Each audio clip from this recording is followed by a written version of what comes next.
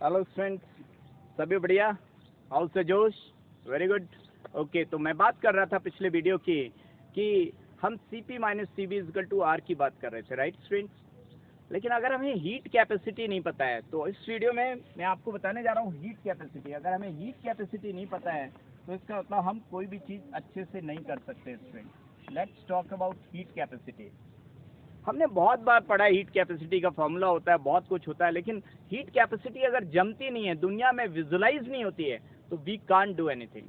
सी students, heat capacity को आज हम खुद से समझने की कोशिश करते हैं। कोशिश ही नहीं, पक्का कामयाबी मिलेगी, राइट स्टूडेंट्स? तो let's talk about heat capacity. आप ये बताइए, सूरज उगा, सूरज उगा है यारो, हाँ हाँ, डुबाना नहीं, अपन ने पॉजिटिव कार्य। सूरज हुआ प्रचंड, हम सब जाग गए। सूरज उगते ही हम सब जाग जाते हैं, बेड से रिश्ता नाता छोड़ देते हैं, राइट? तो सी स्टूडेंट्स, जब हम सो रहे होते हैं तो हमारी बहुत सारी हाथ पैर कोई भी ज़्यादा मूव नहीं करते हैं, लेकिन हमारा ब्लड सर्कुलेट होता है। ऐसे ही लो टेम्परेचर में भी 3 डिग्री ऑफ फ्रीडम चलते रहते हैं। कौन से? ट्रांसलेटरी डिग्री ऑफ फ्रीडम में 3 एक्सिस पे, X axis, Y axis, Z axis, सारी एक्सिस से ब्लड मूव करता रहता है। जिंदा अगर इंसान है तो ये 3 डिग्री ऑफ फ्रीडम हमारे चल रहे हैं, right? Are you getting my point? Rotational और वाइब्रेशन थोड़े हायर टेम्परेचर पे जाके स्टार्ट होंगे, और रोटेशनल का तो सब जगह थोड़ा सा कंफ्यूजन है, क्योंकि कंफ्यूजन ही इस बात का है कि किस टेम्परेचर पे किसका डिग्री ऑफ फ्रीडम कब राइज हो जाए, वी डोंट नो, राइट? खैर एनीवे स्टूडेंट, हम इसमें टाइम बर्बाद नहीं करते, हम बात करते हैं कि जैसे ही सूरज उगा, सूरज नहीं भी उगा था तो कहीं ना कहीं सूरज तो था ही, इसका मतलब टेम्परेचर तो था। तो हम क्यू की बात कभी नहीं करते हैं। ऐसा कभी नहीं होता कि टेम्परेचर एकदम खत्म हो गया, हीट एकदम खत्म हो गया। हम चेंज इन क्यू की बात करते हैं। तो D Q is directly proportional to temperature. आप किसी को भी थोड़ी सी हीट दोगे तो टेम्परेचर उसका इंक्रीज होगा। ये बच्चा बच्चा जानता है, यहीं से स्टार्ट करते हैं अपन लोग, यहीं से इक्वेशन को ग्रो करेंगे, क्योंकि ये बात हर बच्चा जानता है। आप देखिए, रावण को जलाया जाता है, रावण के सामने अगर कोई बैठा हुआ है, कोई आगे वाली सीट, कोई थोड़ी पीछे वाली सीट, कोई थोड़ी पीछे वाली सीट, तो जैसे ही रावण जलेगा टेम्परेचर इंक्रीज होगा, क्योंकि हीट में राइज, टेम्परेचर में इंक्रीज। वहां से कुछ लोग भाग खड़े होंगे, कुछ लोग नहीं भाग खड़े होंगे, क्योंकि अपना अपना डिग्री ऑफ फ्रीडम है। सर कुछ नहीं समझ में आ रहा है। ओके, ये बताइए, एक नदी, एक मान लीजिए समुद्र है, सी है, एक पॉन्ड है और एक लेक है। सूरज जब उगता है तो सबसे जल्दी टेम्परेचर किसका राइज हो जाता है? उसमें मालूम मछलियां घूम रही हैं, तो सबसे जल्दी उनको टेम्परेचर राइज किसको नजर आएगा? सबसे नंबर 1 के पे पॉन्ड वाले को नजर आएगा, फिर लेक वाले को, लास्ट में सी वाले को। क्यों? सरफेस पे जब हीट आ रही है तो नीचे कितनी डेप्थ है पानी की, यानी कि नंबर ऑफ मोल्स बोलते हैं। मैं नंबर ऑफ मोल्स यूज नहीं करूंगा, क्योंकि नंबर ऑफ मोल्स बोलते ही अपने दिमाग की बत्ती एकदम बुझ जाती है। तो मान लो समुद्र में बहुत पानी है, लेक में थोड़ा कम पानी है, और तालाब में बहुत, तालाब मीन्स पॉन्ड में बहुत कम पानी है। तो नंबर ऑफ मोल्स जिसके सब में ही पानी है, पानी मैंने चेंज नहीं किया, सब में पानी है, टाइप ऑफ वाटर को मान लो प्योर वाटर, लेटर सपोज सब में प्योर वाटर है, तो टेम्परेचर जब बढ़ेगी, हीट जब पड़ेगी तो सबका टेम्परेचर बढ़ेगा, लेकिन टेम्परेचर किसका सबसे कम बढ़ेगा? जिसमें पानी ज़्यादा है, यानी कि नंबर ऑफ मोल्स ज़्यादा हैं। अब आप कहेंगे कि सर मान लो 3 तरह के समुद्र ले लो, 3 तरह के समुद्र लोगे ज़्यादा फील नहीं होगा। मान लो 3 तरह की चीज़ें ले लें, एक ऑयल ले लें, एक वाटर ले लें, एक कोई और चीज़ ले लें, राइट? और 1-1 लीटर ले लें। देखिए, मैं मोल्स फिर नहीं यूज़ कर रहा हूँ, मैं क्या कह रहा हूँ, 1-1 लीटर तीनों का ले लिया। अब क्या तीनों की बराबर होगी हीट कैपेसिटी? नहीं। हीट कैपेसिटी तो अच्छा नाम ही नहीं लिया, अभी हीट कैपेसिटी का नाम नहीं लेते। क्या बराबर टेम्परेचर राइज होगा तीनों का? नहीं होगा। हो सकता है कि कोई कहेगा ओ हमारा टेम्परेचर कम राइज हो रहा है, कोई कहेगा ओ हमारा टेम्परेचर बहुत राइज हो रहा है। सर कुछ समझ में नहीं आ रहा। हाँ रामू, तुमको आ रहा है? सर आ रहा है, लेकिन बहुत अच्छे से नहीं आ रहा। चलो अच्छे से सिखाता हूँ। मान लो एक एक रहे पप्पू, पप्पू तो जानते हैं, और एक रहे झप्पू। झप्पू झोपड़ी में रहते थे, और पप्पू तो आप जानते ही कहाँ रहते हैं। एक रहे पप्पू, एक रहे झप्पू, दोनों को दिया 1-1 करोड़ रुपया।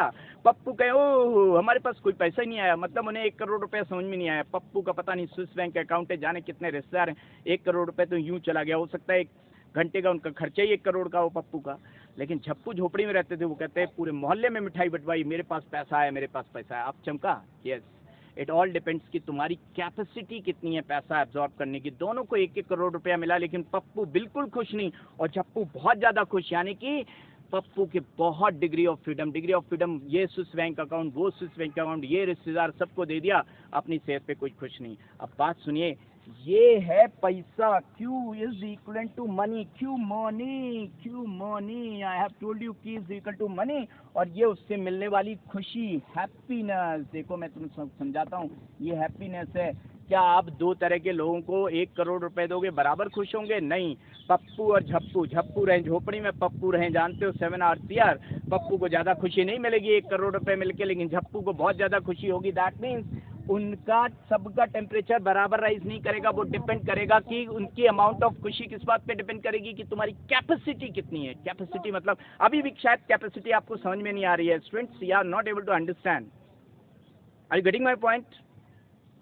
तो ऐसे समझो, दो रहे नशेड़ी नंबर X, नशेड़ी नंबर Y, दारू वाले, राइट? तो Y वाला बहुत ज़्यादा पीता था और X वाला थोड़े पीने पे ही उसको नशा हो जाता था। मान लो दोनों ने 4 बॉटल वोडका, काम उनका रोज का, राइट? दोनों को 4 बॉटल मिल गई, तो बताओ किसको नशा ज़्यादा होगा, बराबर होगा या ज़्यादा कम होगा? It all depends on the capacity, किसकी कैपेसिटी ज़्यादा है। तो इसका मतलब यहाँ पे कुछ आना चाहिए। तो देखिए क्या आएगा, dq is equal to coefficient, that is heat coefficient into dt। तो ये हीट, ये कोफिशिएंट जो है, ये कोफिशिएंट किस पे डिपेंड करेगा? साइज, कंपोजिशन एंड नेचर, कि कौन सी चीज है उसका साइज कितना बड़ा है। Size means number of moles, composition वो चीज क्या है, और उसका नेचर, यानी कि 3 चीजों पे डिपेंड करेगा। देखो, यानी कि अगर मैंने बात की dq is equal to, yes, जो चीज होगी यहाँ पर, दैट इज कोएफिशिएंट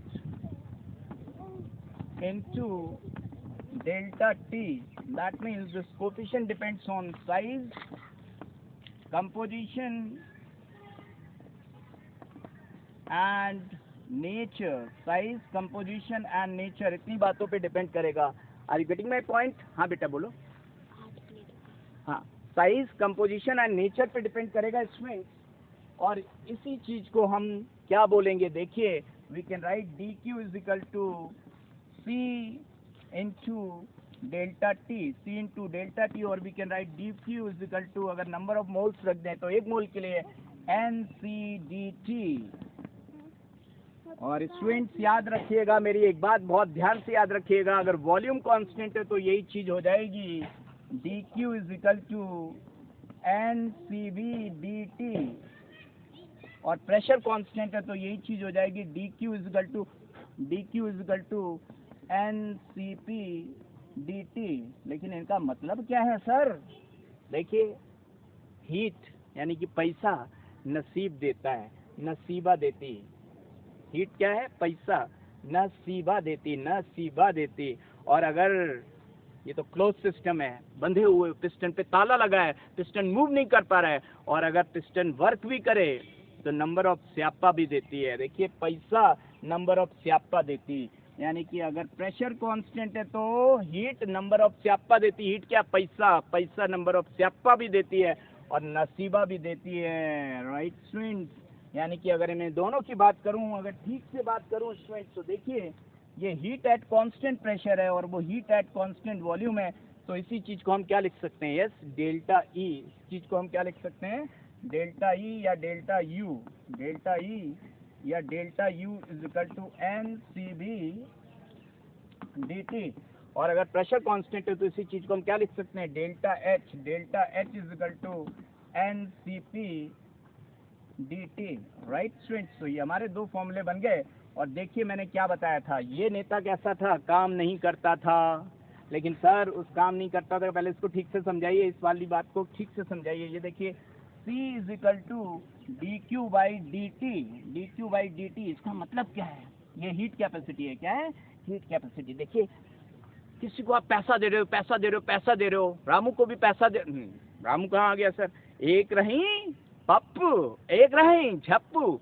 पप्पू को आप पैसा दिए जा रहे हो, वो पैसे का काम कराया जा रहा है कि मेरे घर में ये पंखा ले आओ, मेरे घर पंखा तो बहुत है, मेरे घर में ये ले आओ, वो ले आओ, राइट?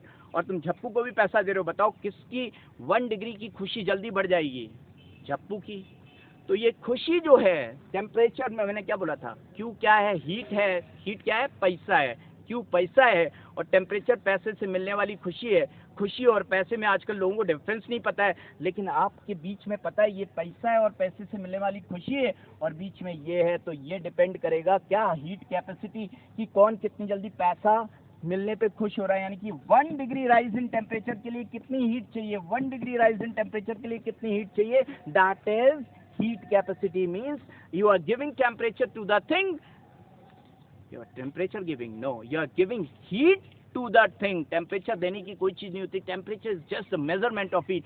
तो आप किसी चीज़ को हीट दिए जा रहे हो और दोनों का एक एक मोल लिया है, तो कौन सी चीज़ जल्दी 1 डिग्री राइज, यानी कि 1 मोल, देखिए 1 मोल अंडरस्टूड है, 1 मोल लिया तो यानी कि यहाँ पे ये CPM है, CBM है और ये CPM है, दोनों का एक एक मोल ले लिया। क्योंकि मोल नहीं लोगे तब तक पता ही नहीं चलेगा, आप कंपैरिजन ही ठीक नहीं हुआ। दोनों का एक एक मोल लिया आपने और आप हीट दिए जा रहे, तो कौन क्या टेम्परेचर जल्दी राइज हो जाएगा? जिसका वॉल्यूम कॉन्स्टेंट है, जिसका वॉल्यूम कांस्टेंट है, क्योंकि वो काम तो कर नहीं रहा, जितनी भी हीट मिल रही है उसके मॉलिक्यूल्स रैंडमली मूव कर रहे हैं, तेजी से मूव कर रहे हैं, तो उसका 1 डिग्री टेम्परेचर जल्दी राइज कर जाएगा। और प्रेशर कांस्टेंट तो वो काम भी कर रहा है, बारीक टाइप का लेता है, हीट लेता है, पैसा लेता है, जैसे पैसा लेता है काम कर देता है। वो कहता है ओह हमारा तो टेम्परेचर राइज ही नहीं, खुशी नहीं हुई। खुशी कहाँ से होगी? सारा पैसा तुम बांट दे रहे हो अपने परिवार वालों में, अपने स्विस बैंक अकाउंट में। तो देखो नेता लोग, जनरली नेता लोग, बारीक टाइप के जो नेता होते हैं, उनका पता ही नहीं लगता, कितना भी पैसा दे दो खुशी नजर नहीं आएंगी, क्योंकि सारा पैसा स्विस बैंक अकाउंट या रिश्तेदार में चला जाता है। तो इनका कुछ पैसा कहाँ लग रहा है? काम करने में लग रहा है। तो यही डिफरेंस है CP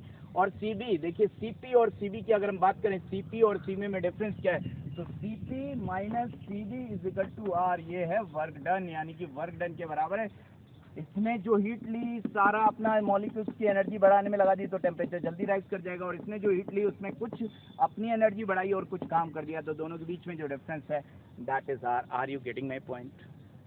are you getting my point? Now see, मैंने जो आइसोथर्मल प्रोसेस की बात की थी, जो आइसोथर्मल प्रोसेस कौन सा? आइडियल गैस वाला, फेज ट्रांजिशन वाला नहीं। When we are having ideal gas and उसको मैं जितनी हीट दे रहा हूँ वो उतना वर्क कर रहा है। और आइसोथर्मल प्रोसेस, इसका मतलब क्या है? उसका टेम्परेचर कभी भी राइज नहीं होगा। क्यों नहीं होगा?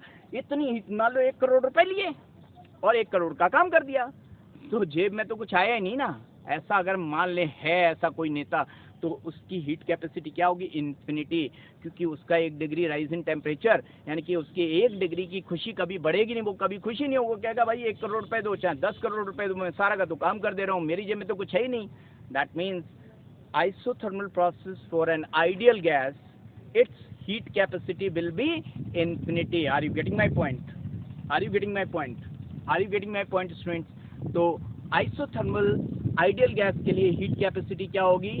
इन्फिनिटी होगी। लेकिन मैं फेज ट्रांजिशन की बात नहीं कर रहा हूँ, वहाँ तो जैसे ही हीट दोगे वो तो हीट लेके क्या हो रहा है? फेज ट्रांजिशन हो रहा है। सब्लिमेशन में भी फेज ट्रांजिशन हो रहा है, एलोट्रोपिक प्रोसेस में भी फेज ट्रांजिशन हो रहा है, सॉलिड से लिक्विड में भी फेज ट्रांजिशन हो रहा है। जब फेज ट्रांजिशन हो रहा है तो वो हीट सारी एब्जॉर्ब करते हैं, उसको आप जानते हैं, latent heat of fusion, latent heat of vaporisation, latent heat of whatever blah blah blah. Next turn पे बात करेंगे स्टूडेंट्स। इतनी बात आ गई? हीट कैपेसिटी आई कि नहीं आई पहले बताओ? What is heat capacity?